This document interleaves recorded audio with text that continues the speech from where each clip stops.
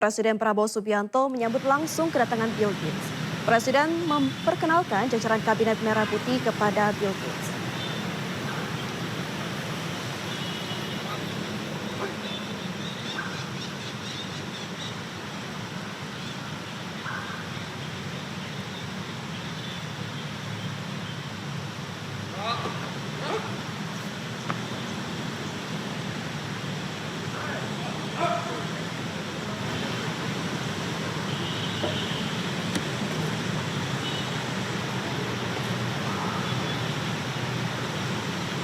Sejumlah menteri yang mendampingi diantaranya ada Menteri Investasi dan Hilirisasi Rohsan Roslani, Menkom Digi Mutia Hafid, Menkes Budi Gunandi Sadikin, dan Menlu Sugiono.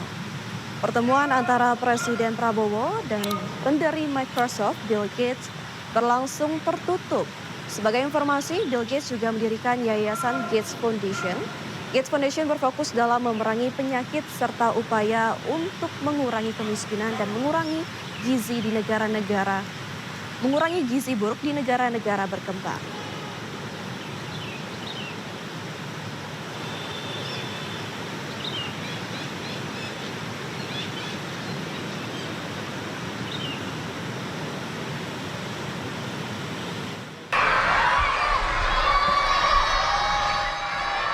Dari istana, Bill Gates bersama Presiden Prabowo Subianto menuju SD Negeri Jati 3 Pulau Gadung untuk meninjau program makan bergizi gratis.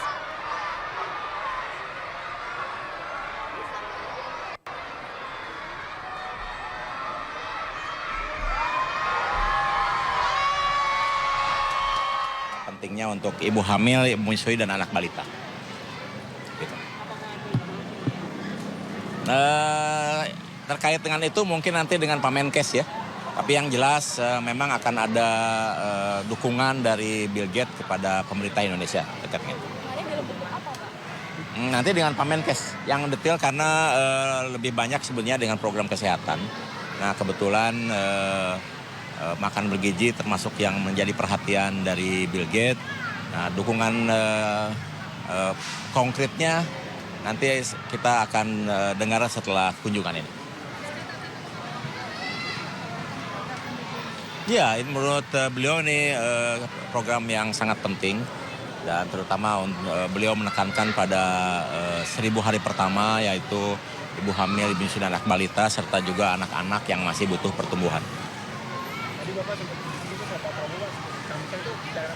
Ya itu tadi, ya, beliau sangat impress karena untuk melakukan ini kan pasti membutuhkan anggaran yang cukup besar. Dan Pak Presiden menyampaikan bahwa itu sudah disiapkan oleh pemerintah Indonesia dan kemudian beliau terkesan dengan apa yang dilakukan. Untuk hari ini cukup kayaknya karena beliau kelihatannya akan mengantar langsung ke bandara, ke Halim. Ya. Terus terang saya baru tahu akan ke sekolah ini tadi pagi. Jadi sebetulnya saya kan agak ada agenda dengan Pak Mendagri ya. Jam 8 di kantor, kemudian tiba-tiba saya harus menerima atau mendampingi Pak Presiden di sini. Dan saya juga baru tahu diarahkan ke sini. Jadi betul-betul ini dadakan. Jadi kita nggak tahu mau ke sekolah mana dan kita baru tahunya pagi hari. Jadi apapun yang terjadi di sini bukan settingan, jadi memang apa adanya. Untuk apa Pak, penghargaannya apakah sudah diberikan oleh Bill Gates hari ini atau seperti apa? Nah itu nanti ke sekretariat negara ya. Gitu ya. Kalau untuk bentuk harta itu sendiri sudah tahu nggak penunjukan Belum saya. Nanti mungkin setelah kunjungan biasanya kan ada lobby ya, perbicaraan. Biasanya setelah itu kan ada hal yang teknis tindak lanjut. Nanti kita tunggu saja. Oke, makasih ya.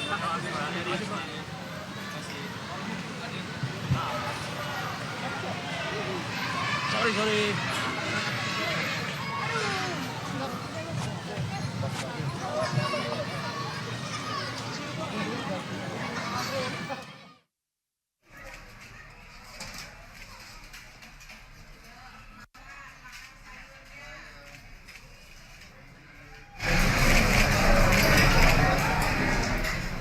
Dan pemirsa, ini tadi suasana saat Bill Gates dan Presiden Prabowo mengunjungi salah satu ruang kelas di SD Negeri 3 Jati.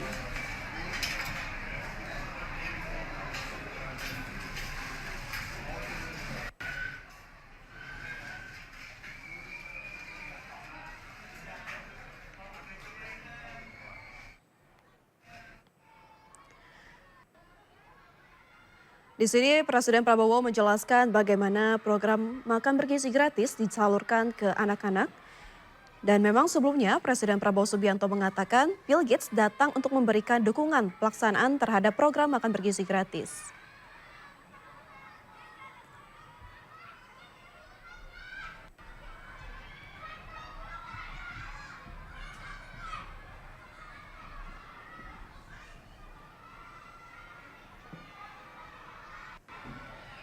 Dituduh sebagai penculik anak, seorang nenek di Cianjur, Jawa Barat menjadi korban penganiayaan sejumlah warga.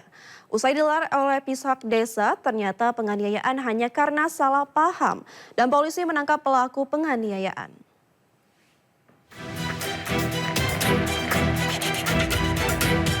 Rekaman video amatir memperlihatkan seorang nenek tengah dianiaya warga kampung Legok, Desa Bunikasi, Kecamatan Warung Kondang, Cianjur, Jawa Barat.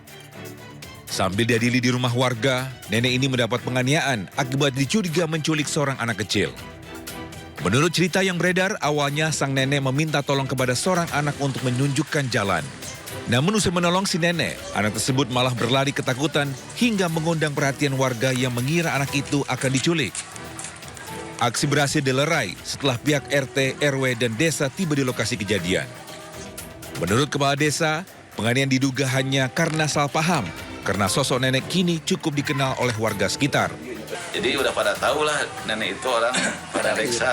Cuman mungkin kebetulan yang melakukan pemukulan itu tidak tahu bahwa itu benar orang pada reksa. Gitu. Usai dianiaya, nenek menjalani perawatan intensif di RSUD Cianjur, sementara petugas kepolisian berhasil menangkap salah satu pelaku pemukulan sang nenek. Dari Cianjur, Jawa Barat, Muhammad Andi Iksan, iNews melaporkan.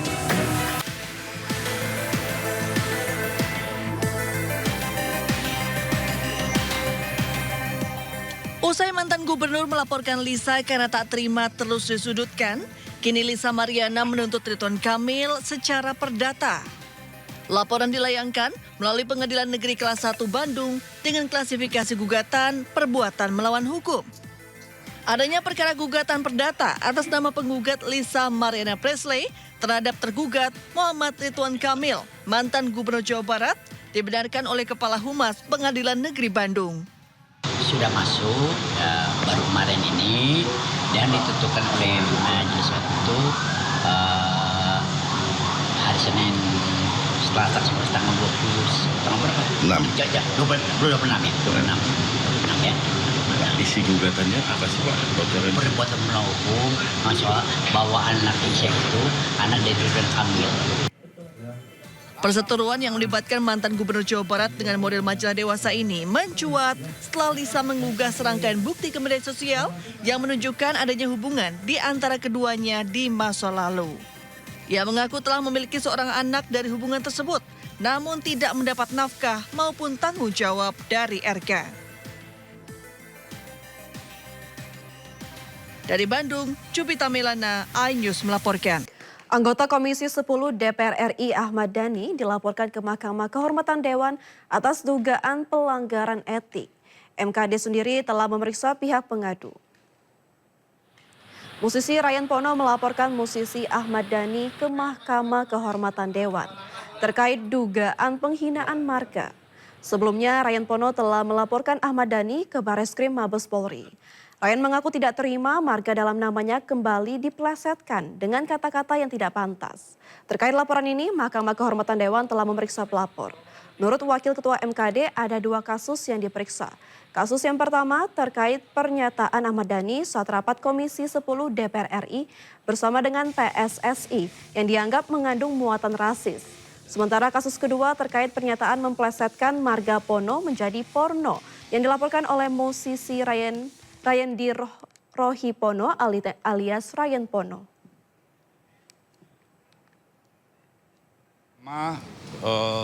Joko Swarovski ya. Ya, Joko Swarovski ya. Menyampaikan keprihatinan dan keberatannya bahwa pernyataan-pernyataan seorang anggota DPR di dalam rapat dengar pendapat ya terkait dengan pembahasan waktu itu Timnas ya yang dihadiri oleh Ketua PSSI menyampaikan pendapat-pendapatnya yang terselip ada narasi berbau rasis. Ini adalah bentuk keseriusan kami bahwa kami menganggap isu ini adalah isu yang serius, isu yang dilakukan oleh bukan hanya oleh seorang musisi, tapi Ahmad Dhani adalah memiliki entitas baru yaitu sebagai anggota. Kembali bersama kami pemirsa, di tengah polemik tuntutan sebagian purnawirawan TNI melengsarkan Wakil Presiden Gibran Rakabuming Raka. Presiden Prabowo Subianto bertemu dengan para purnawirawan TNI termasuk Tri Sutrisno. Pertemuan berlangsung dalam acara Halal Bihalal Purnawirawan TNI Polri yang digelar di Balai Kartini, Jakarta Selasa sore. Dalam acara ini hadir Wakil Presiden ke-6 Republik Indonesia Tri Sutrisno serta para mantan petinggi TNI mulai dari Luhut Binsar Panjaitan, Agung Gumelar Wiranto, Dudung Abdurrahman, dan AM Hendro Priyono. Hadir pula Menteri Pertahanan Safri Samsudin, Panglima TNI Jenderal Agus Subianto, Kepala Staf Angkatan Darat Jenderal Maruli Simanjuntak, dan Kepala Staf Angkatan Udara Marsikal Tony Harjono, Kepala Staf Angkatan Laut Muhammad Ali. Selain itu, acara ini juga dihadiri oleh Kepala BIN Herindra Kapolri, Jenderal Listio Sigit, serta jajaran Menteri Kabinet Merah Putih. Dalam sambutannya, Prabowo membeberkan sikap tegas dan keras dalam memimpin Indonesia yang menurutnya hal itu terbentuk didasarkan hasil didikan para seniornya di TNI.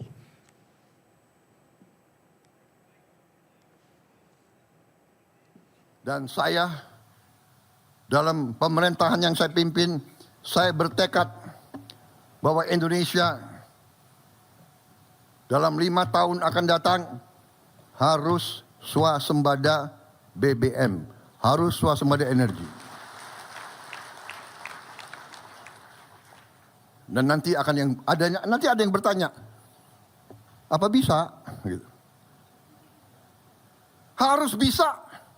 Nah ini semangat yang ditanamkan oleh Angkatan 45, semangat tidak mengenal menyerah, harus bisa. Merdeka atau mati. Berdiri di atas kaki kita sendiri, kita tidak mau jadi kacungnya bangsa lain. Kalau yang mau silakan, saya tidak mau.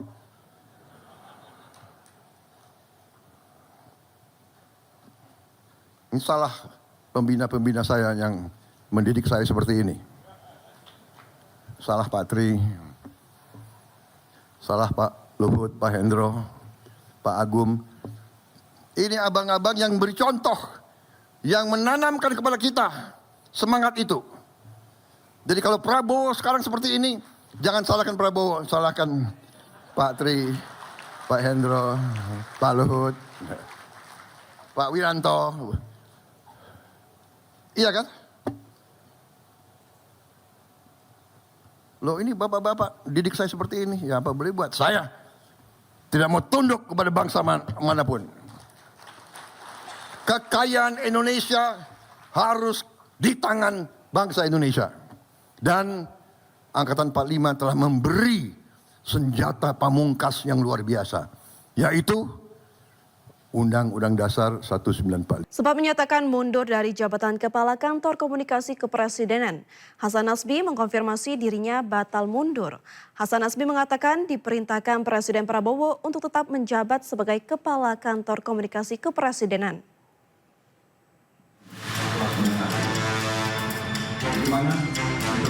Hasan Nasbi kembali berkantor di Kantor Komunikasi Presiden atau PCO di Gedung Kuartir Nasional Jakarta pada hari Selasa. Kepada media, Hasan Nasbi mengaku diperintahkan Presiden Prabowo Subianto untuk tetap menjabat sebagai Kepala Komunikasi Kepresidenan. Saya baru bertugas hari ini. Jadi kemarin saya ikut rapat kabinet, hari ini saya mulai ngantor lagi. Saya kan loyal sama Presiden. Jadi tahu diri itu bukan sesuatu yang bertentangan dengan loyalitas kan. Tapi begitu diperintahkan untuk melanjutkan, ya sudah kita sebagai bawahan beliau, sebagai anak buah beliau ya patuh untuk melanjutkannya gitu. Sebelumnya Hasan Nasbi mengumumkan pengunduran dirinya melalui pesan video yang diunggah di Instagram Total Politik. surat pengunduran diri saya tanda tangani dan saya kirimkan kepada Presiden melalui 2 orang sahabat baik saya, Menteri Sekretaris Negara dan Sekretaris Kabinet. Kesimpulan saya sudah sangat matang bahwa sudah saatnya menepi keluar lapangan dan duduk di kursi penonton. Selain itu, surat pengunduran dirinya juga sudah dikirimkan kepada Presiden Prabowo Subianto melalui Sekretaris Kabinet Teddy Indra Wijaya dan Menteri Sekretaris Negara Prasetyo Hadi. Tim Liputan iNews melapor. Pemirsa, sejumlah siswa yang berada di Barak Militer Resimen Armet Purwakarta, Jawa Barat mengikuti ujian akhir sekolah.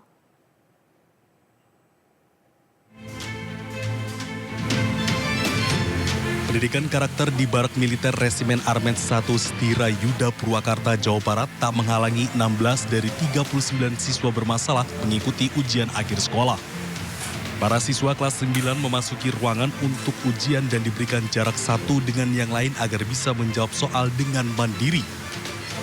Soal ujian dibawa oleh guru mereka masing-masing ruangan yang dijadikan kelas. Ujian para siswa sendiri diawasi oleh guru dan anggota TNI. Sementara itu, para siswa kelas 7 dan kelas 8 tetap menjalankan kegiatan baris berbaris di lapangan.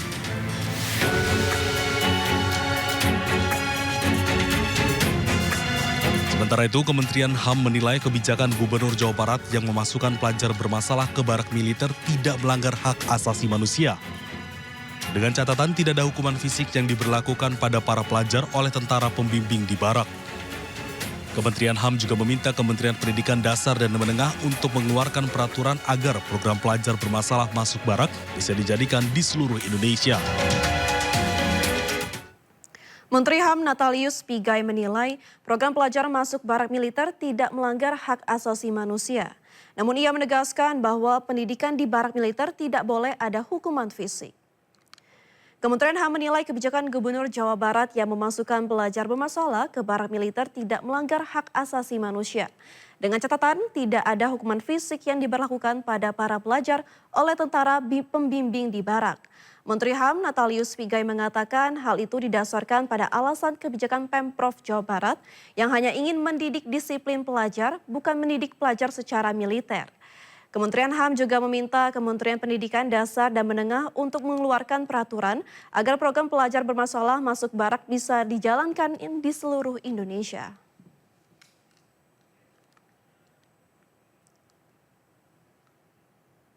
Jadi gini ya, yang terkait dengan kebijakan Gubernur Jawa Barat yang mau bukan mengirim ya, mau mendidik ya, mau mendidik anak-anak nakal di barak tentara. Dalam perspektif HAM, saya pertegaskan tidak melanggar HAM ya. Karena apa? Kalau itu tidak dilakukan yang disebut corporal punishment. Corporal punishment itu adalah sebuah hukuman fisik yang selama ini sudah ribuan tahun berlangsung, di mana ada pendidiknya memberi hukuman kepada yang dididik dengan cara yang agak sedikit bertentangan dengan prinsip. Misalnya cubit telinganya, dipukulnya, dipukul tangannya supaya dia disiplinnya. Sepanjang tidak melakukan corporal punishment yang dulu, zaman dulu, di sekolah kami yang sudah senior-senior ini, kalau guru mau didik kami kan cubit telinga, dia pukul, ya, atau pukul kakinya, supaya kami disiplin atau supaya kami robah. Itu namanya corporal punishment. Boleh lihat di Google supaya lebih jelas. Kalau itu menurut saya, keyakinan saya di Jawa Barat itu bukan corporal punishment, tapi mereka mau dididik mental, karakter, dan disiplin dan tanggung jawab. Kalau pendidikan yang berorientasi pada pembentukan disiplin, pembentukan mental, pembentukan karakter, dan pembentukan tanggung jawab, maka tidak melanggar HAM dan kami mendukung pemerintah Jawa Barat itu. Sementara itu, Gubernur Jawa Barat Deddy Mulyadi mengajak para pihak yang tidak setuju dengan program anak bermasalah masuk barak militer untuk bersama-sama menangani anak bermasalah dengan caranya masing-masing. Kan bagus, artinya bahwa apa yang saya lakukan diperhatikan. Nah kemudian kan ada kecemasan-kecemasan atau kekhawatiran-kekhawatiran karena di lembaga atau tempat militer, tempat pendidikan militer, ya kan? Karena dianggap anak-anak ini tidak punya kewajiban atau tidak punya keharusan, bahkan dianggap tidak boleh militer memberikan pendidikan pada anak-anak remaja, ya kan? Tetapi menurut saya, pertama, tentara ini banyak ngajar loh di daerah-daerah terpencil. Yang kedua, SMA Taruna Nusantara itu tertentara loh, pelatihnya, gurunya. Ketiga, sekolah-sekolah yang yayasannya di bawah TNI, itu SMA dan SMK, itu tentara loh gurunya. Nah yang keempat, Paskibraka ini, pramuka ini banyak dilatih oleh tentara, gitu loh. Jadi kan bukan barang baru. Nah kemudian yang berikutnya adalah kritik itu saya sampaikan begini, daripada kita ribut-ribut, ngeramein urusan hanya dalam wacana, perdebatan tidak berakhir, mending yuk kita tangani bersama-sama, ya kan? Provinsi Jawa Barat gubernurnya misalnya nanti menangani 1.000 orang anak-anak yang berperilaku khusus. Nanti Komnas HAM nanganin berapa, KPAI nanganin berapa dengan metodologinya masing-masing. Di antara metodologi itu nanti kita uji mana yang paling sukses, itu lebih baik. Atau saya mengundang Komisi 10, KPAI, Komnas HAM berkunjung saja ke barak tempat pelatihan. Pemirsa, kedatangan Bill Gates untuk membahas sejumlah kerjasama dengan Indonesia. Bill Gates tiba di istana sekitar jam 8 pagi, di mana Presiden Prabowo Subianto menyambut langsung kedatangan Bill Gates. Presiden memperkenalkan jajaran Kabinet Merah Putih kepada Bill Gates, di antaranya ada Menteri Investasi dan Hilirisasi Rosan Roslani, Menkom Digi Mutia Hafid, Menkes Budi Gunadi Sadikin, dan Menlu Sugiono. Pertemuan antara Presiden Prabowo dan juga pendiri Microsoft tersebut, Bill Gates, berlangsung secara tertutup. Sebagai informasi, Bill Gates juga mendirikan yayasan Gates Foundation. Gates Foundation berfokus dalam memerangi penyakit serta upaya untuk mengurangi kemiskinan dan mengurangi gizi buruk di negara-negara berkembang.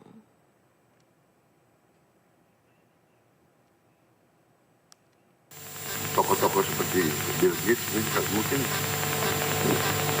mungkin lebih Pancasila dari kita mungkin.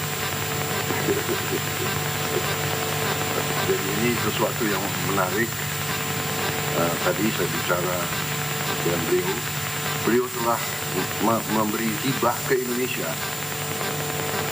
senilai $159 juta. Di kesehatan 119 juta.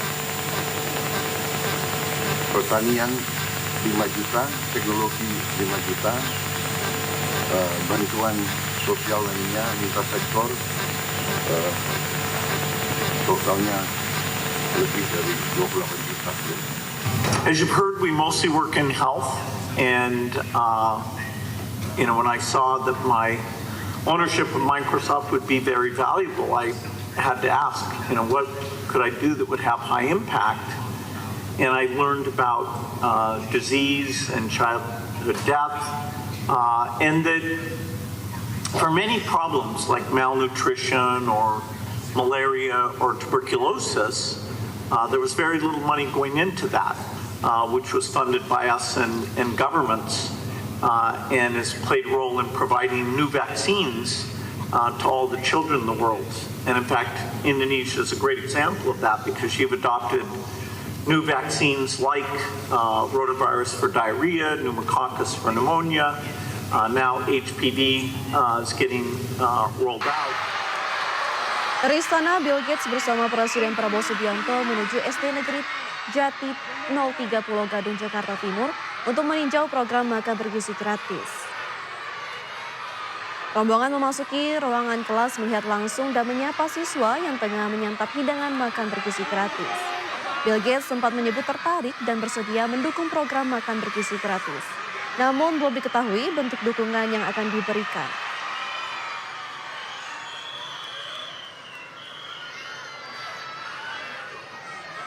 Untuk perkembangan terkini dari program MBG di SD Negeri Jati 03 Pulau Gadung yang mendapat kunjungan khusus dari Presiden Prabowo Subianto dan juga Bill Gates, sudah ada rekan Jessica Winoto. Selamat siang rekan Jessica. Baik, seperti apa tanggapan Bill Gates saat kunjungan tadi?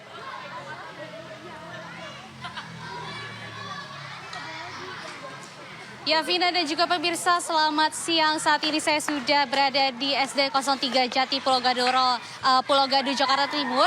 Dan memang tadi sempat di pukul 9 pagi, 9.30 pagi lebih tepatnya, 10.30 pagi waktu Indonesia Barat yang tadi sempat adanya kunjungan dari Bapak Presiden Prabowo Subianto bersama Bill Gates, yaitu tokoh filantropi yang memang dimana sejak pagi tadi di Istana Merah Putih bahwa mereka sudah melakukan diskusi atau melakukan pertemuan untuk mendiskusikan beberapa isu.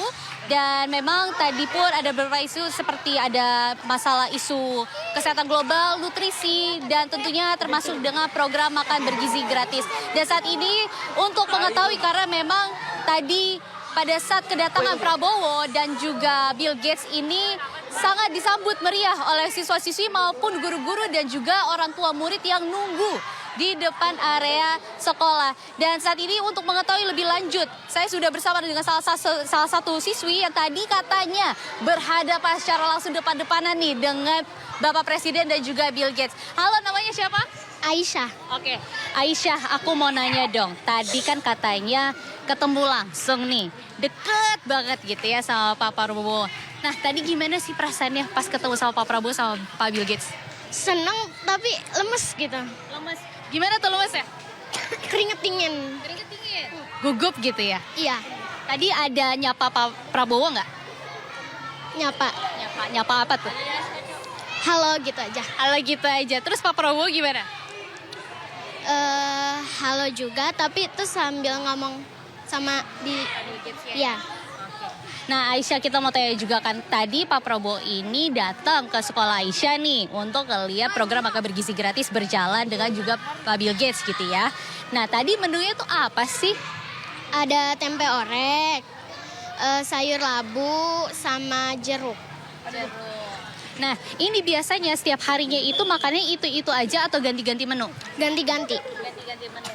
Tapi hari ini lebih enak atau sama aja nih daripada yang hari sebelumnya? Lebih enak. Lebih enak ya. Emang kenapa ya sebelum-sebelumnya?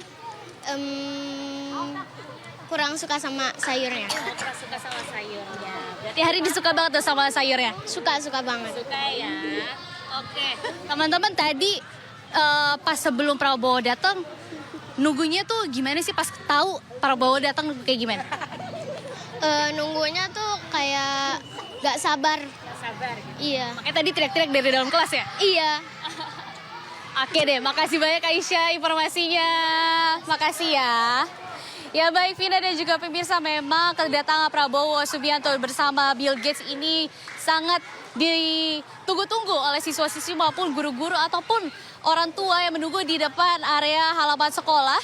Dan memang tadi informasinya juga bahwa atas pertemuan antara Bill Gates dan juga Prabowo Subianto, bahwa infonya Prabowo memberikan dana bantuan sebesar 159 juta USD dolar dan dengan peruntukan untuk kesehatan 119 juta USD, lalu pertanian 5 juta USD, teknologi 5 juta USD, dan juga lintas sektor atau bantuan sosial lainnya sebesar 28 juta USD. Dan memang dari bantuan ini pun menunjukkan bahwa pemimpin dunia maupun Bill Gates ini sangat memperhatikan program-program yang dibuat oleh Prabowo. Tentunya salah satunya ada program makan bergizi gratis, karena memang informasi Bill Gates sangat tertarik dan juga memberikan perhatian lebih ke program ini. Dan walaupun sebenarnya dari program MBG ini, masyarakat di Indonesia masih memberikan pro dan kontra atas program ini karena memang masih ada beberapa masalah. Tetapi nampaknya bahwa Presiden Prabowo Subianto masih optimis untuk memperbaiki kualitas makanan dan juga kebersihan yang diberikan kepada siswa-siswi. Karena memang komitmen dari Prabowo Subianto ini dari program makan bergizi gratis untuk menuntaskan masalah kelaparan dan juga kekurangan gizi bagi anak-anak Indonesia. Vina? Baik, terima kasih rekan Jessica yang melaporkan langsung dari SDN Jati 03. Selamat bertugas kembali dan salam sehat.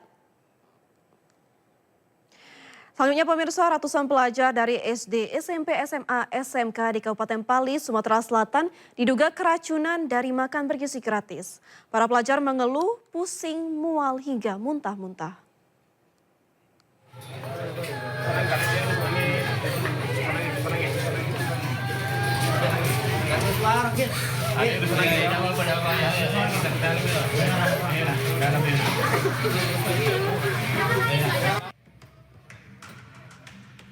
Ratusan pelajar di Kabupaten Pali ini terus berdatangan ke Rumah Sakit Umum Daerah Anwar Mahakil di Kelurahan Handayani Mulia, Kecamatan Talang Ubi, Kabupaten Pali, Sumatera Selatan untuk mendapatkan perawatan medis. Sambil meringis dan menangis dengan kondisi tubuh lemas, para pelajar dituntun memasuki ruang perawatan.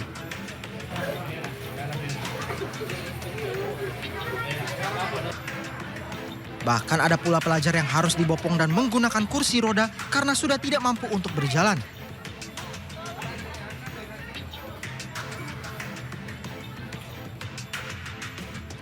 Sementara Presiden Republik Indonesia Prabowo Subianto mengklaim meski terdapat kasus keracunan, namun keberhasilan program makan bergizi gratis mencapai 99,99%. Menurutnya, korban keracunan MBG sekitar 200 orang dari total jumlah penerima yang mencapai 3 juta orang. Di awal Mei hari ini memang ada yang keracunan. Yang keracunan sampai hari ini dari 3, sekian juta, kalau tidak salah di bawah 200 orang.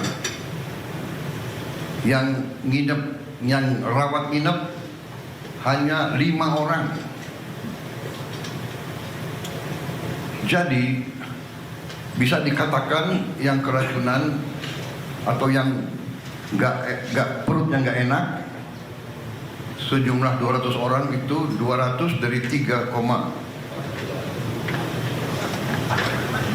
sekian juta, kalau tidak salah adalah 0,005. Berarti keberhasilannya adalah 99,99%. Saat ini jumlah pelajar yang keracunan mencapai 121 orang dengan 40 orang sudah kembali ke rumah masing-masing. Tim Liputan iNews melaporkan. Ratusan jemaah calon haji asal Jakarta Barat yang tergabung dalam Kloter 20 Rabu pagi tiba di Asrama Haji Pondok Gede, Jakarta Timur. Jemaah calon haji Kloter 20 JKG akan diberangkatkan ke Tanah Suci melalui Bandara Soekarno-Hatta, Tangerang, Banten, Kamis pagi. Tiba di Asrama Haji Pondok Gede, Jakarta Timur, 442 jemaah calon haji Kloter 20 Jakarta langsung masuk ke dalam aula gedung Asrama Haji Pondok Gede untuk menjalani pemeriksaan administrasi berupa pemeriksaan paspor, identitas diri, serta pemeriksaan surat panggilan masuk asrama dan tanda bukti pelunasan biaya ibadah haji. Selain itu, ratusan calon jemaah haji juga akan menjalani pemeriksaan kesehatan sebelum masuki kamar untuk beristirahat dan menunggu jadwal keberangkatan pada Kamis dini hari menuju Bandara Soekarno-Hatta. Jemaah calon haji akan diterbangkan ke Tanah Suci Kamis pagi pukul 8:20 waktu Indonesia bagian Barat. Petugas atau pendamping calon jemaah haji Kloter 20 juga mencatat terdapat belasan calon jemaah haji dengan resiko tinggi yang akan mendapatkan perhatian dan pelayanan khusus dari petugas yang mendampingi. Sampai pulang lagi Pak, baru begitu? Iya. Jangan. Pemirsa, para jemaah haji sujud syukur saat mendarat di Bandara Madinah, Arab Saudi. Rasa syukur tak terhingga juga dirasakan Partinem, jemaah calon haji penyandang tunanetra asal Tangerang Selatan.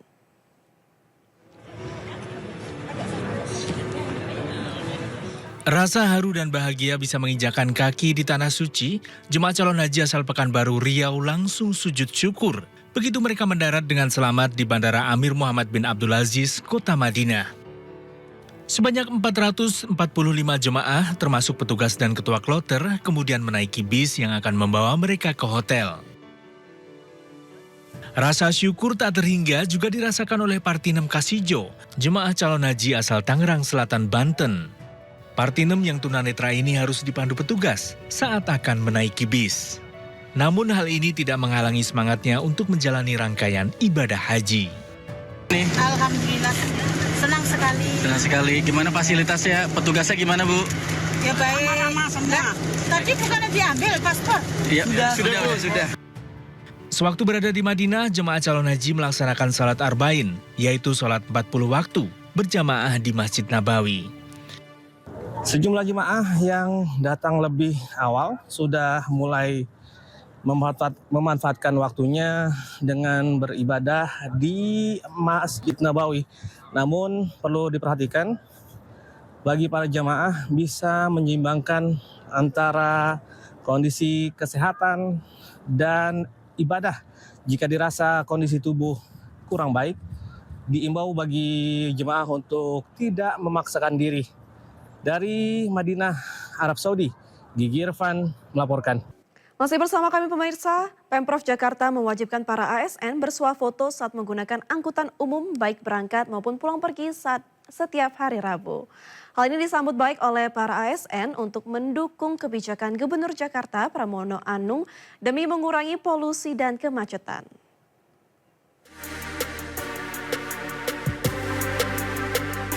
Pemerintah Provinsi Jakarta mengeluarkan aturan baru yang mewajibkan seluruh aparatur sipir negara di lingkungan Pemprov Jakarta untuk menggunakan angkutan umum setiap hari Rabu. Hal ini membuat salah satu ASN Pemprov Jakarta bernama Natasha Indraswari atau Tasya menggunakan moda Transjakarta dari kediamannya di kawasan Mangga Besar, Jakarta Barat menuju kantor Pemprov Jakarta. Tasya berangkat pada pukul 6 pagi agar bisa sampai ke kantor Pemprov Jakarta tepat pada pukul 7 pagi. Ia naik Transjakarta Koridor 1A dari Mangga Besar dan turun di halte Transjakarta Balai Kota. Saat berada di transportasi umum, Tasya harus bersuah foto, baik berangkat maupun pulang kerja. Foto itu kemudian dikirimkan kepada admin kepegawaian melalui media yang telah ditentukan sesuai dengan mekanisme di perangkat daerah atau divisi masing-masing.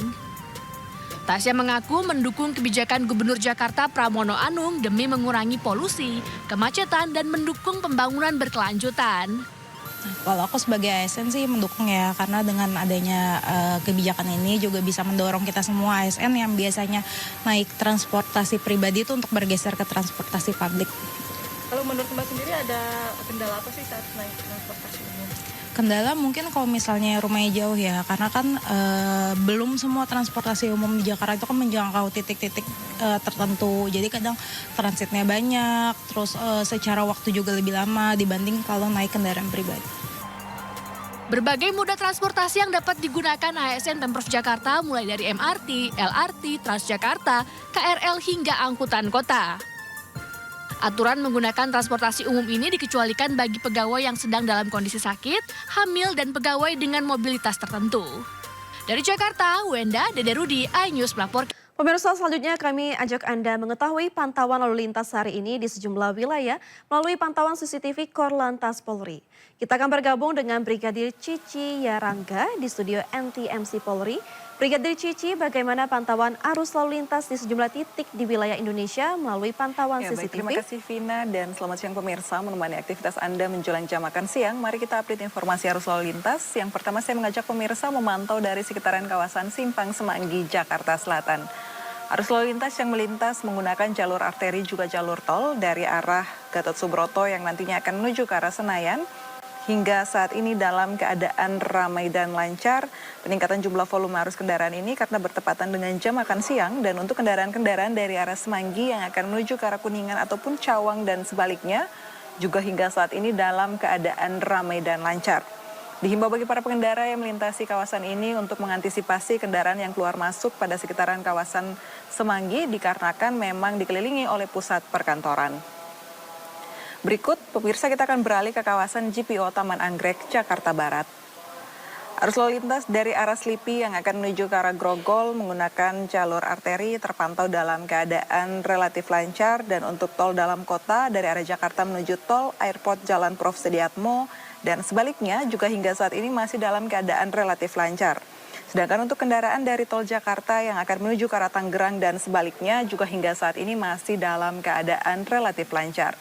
Dihimbau bagi para pengendara yang melintasi kawasan ini untuk tetap menjaga batas laju kecepatan kendaraan Anda dan juga jaga batas jarak aman kendaraan Anda. Berikutnya pemirsa, kita akan beralih ke kawasan Pos Pol Wangon, Banyumas, Jawa Tengah. Arus lalu lintas dari arah Jalan Raya Cilacap Wangon yang akan menuju ke Jalan Aji Barang Wangon juga hingga saat ini dalam keadaan relatif lancar. Belum terlihat adanya peningkatan jumlah volume arus kendaraan, sedangkan untuk kendaraan dari Jalan Raya Terminal Wangon yang akan menuju ke arah alun-alun Wangon juga hingga saat ini masih dalam keadaan relatif lancar. Selalu waspada dan perhatikan batas maksimal kecepatan kendaraan Anda dan aktivitas angkutan umum pada sekitaran kawasan Terminal Wangon sendiri. Dan terakhir pemirsa, kita akan beralih ke sekitaran kawasan Pasar Gamping, Jogja. Kendaraan-kendaraan yang melintas dari arah Jogja Kota menuju ke arah Purworejo dan sebaliknya terpantau hingga saat ini masih dalam keadaan relatif lancar. Walaupun belum terjadi peningkatan jumlah volume arus kendaraan pada sekitaran kawasan ini, namun kami himbau bagi para pengendara untuk mengantisipasi aktivitas masyarakat pada Pasar Gamping sendiri dan juga kendaraan yang keluar masuk di sekitaran kawasan ini. Dan juga pemirsa, perlu kami informasikan bahwa untuk kondisi arus lalu lintas pada umumnya masih terpantau dalam keadaan relatif lancar, namun tetap dihimbau untuk mematuhi rambu lalu lintas dan aturan rambu lalu lintas yang berlaku pada sekitaran kawasan yang Anda lintasi. Dan bagi pemirsa yang nantinya akan mengupdate terus informasi arus lalu lintas, kami siap melayani Anda. Pemirsa dapat menghubungi call center kami di 1500669, juga melalui SMS Center di 9119. Demikian Vina yang dapat kami bagikan langsung melalui pantauan CCTV Korlantas Polri, dan silakan kembali ke Anda di studio. Baik, terima kasih Brigadir Cici Rangga atas laporannya. Selamat bertugas kembali dan salam presisi.